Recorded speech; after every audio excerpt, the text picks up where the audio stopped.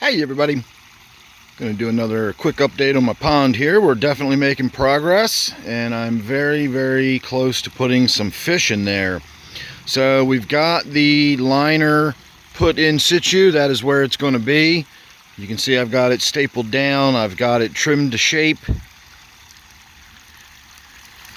Don't know how well you can see up there into the shadows where the water is coming out, but I've got the hose running up and it actually curls around, and the hose itself is facing downhill, and then the rocks in front of it and everything just sort of give it the appearance of water emerging from underneath some rocks, like a fairly vigorous natural spring, which is exactly what I was going for.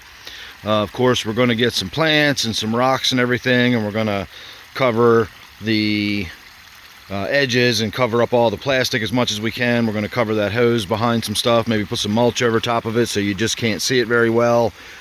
Got a little bit of cloudy water from when I put the gravel in there, but I've got some water clarifier on the way, so that should get that taken care of.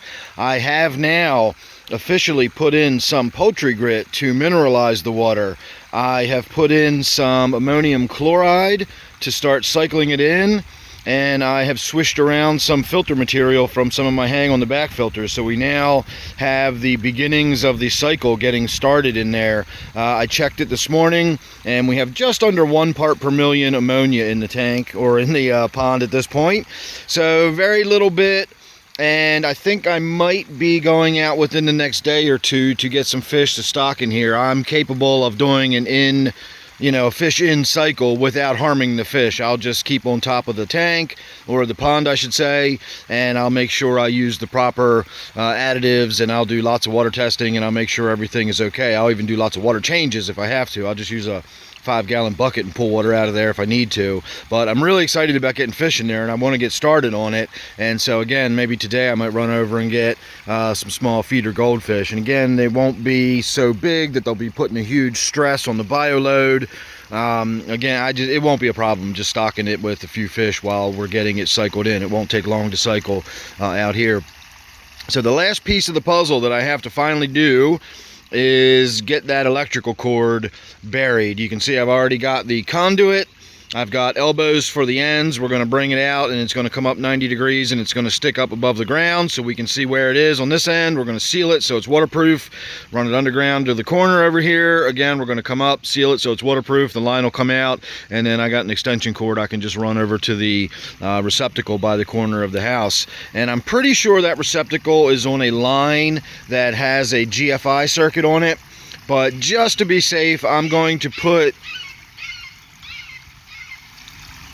a crow chasing a red-tailed hawk. That screeching you could hear was the hawk.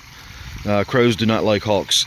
I'm going to spend the $10 or $12 or whatever it costs for a GFI receptacle, and I'm just going to go ahead and put that GFI receptacle in there right there just to be on the safe side. I'd rather have it, I've got a pump underwater and an electrical line running to it that's going to be underground, and I would just feel safer having this specific circuit on its own GFI circuit. I know if you've got a GFI in the line and it's upstream, then you're fine, but I don't know where my GFI is on that circuit or anything, and so again, for $10 I'm going to be better safe than sorry. I'm going to go ahead and install a GFI circuit on that.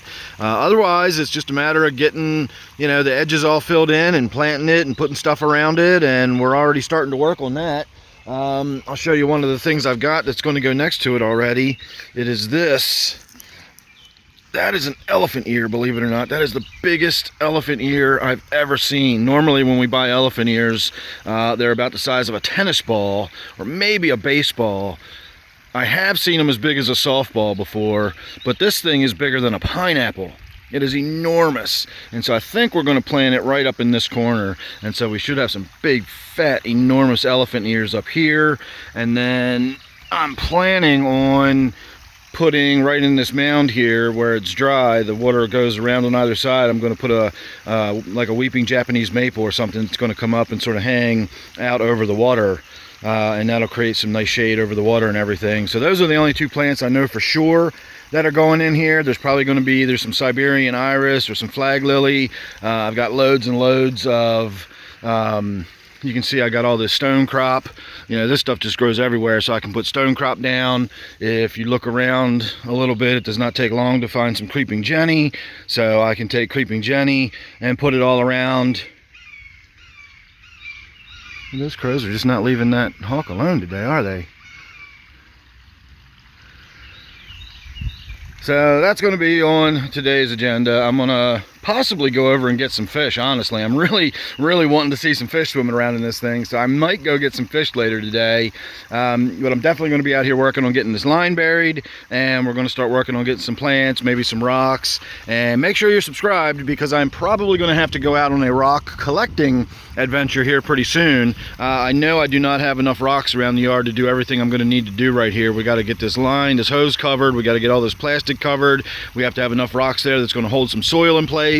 And then we got to get some plants and stuff growing over top of all that, so it sort of masks and hides all that. And so I'm probably going to have to wind up going out Graves Run or one of my favorite rock collecting haunts and pick up a couple of buckets of really interesting looking rocks. So we'll do all that on video once we get around to doing that. But there's your update on the pond. Make sure you're subscribed. It will be very soon, possibly as soon as this afternoon, that we've got some fish in there, and it won't be long before I can start sitting out here and doing some Saturday afternoon live streams or something, and we can actually just sit in front of the pond and do some nice summertime outdoors live streams. So I'm looking forward to that.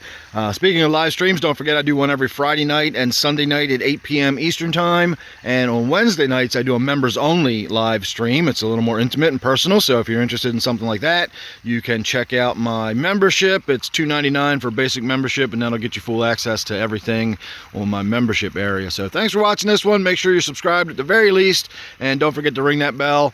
I'll see you real soon in the next one.